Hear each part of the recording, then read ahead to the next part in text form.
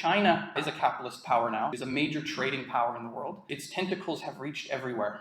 Yeah, this long view of history that we have, we can kind of see at what point of the process we are at. Capitalism as a system has been around for a few hundred years.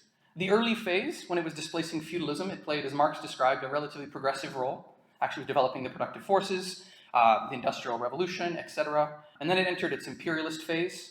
That's where the small producer of kind of sort of free competition, if you want to call it that, was replaced by monopoly capitalism.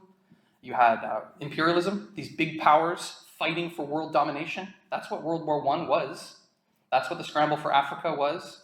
And World War II is essentially a continuation of World War I. This was a similar period, actually, in the 20s and 30s. It was a similar period where people are freaking out. It seemed like the world was gone mad.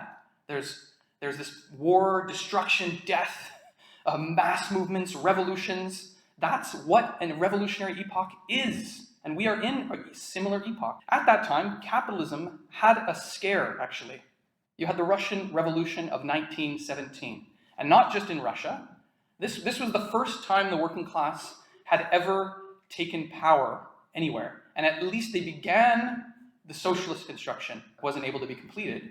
But that was a beacon of hope, and it spread all over Europe, and even in Canada. You had the Winnipeg General Strike of 1919 that was inspired by the Russian Revolution. So capitalism had a scare at that time. Communism became a dominant ideology in the working class, in the labor movement. The trade unions, a lot of them in Canada, were built by communists.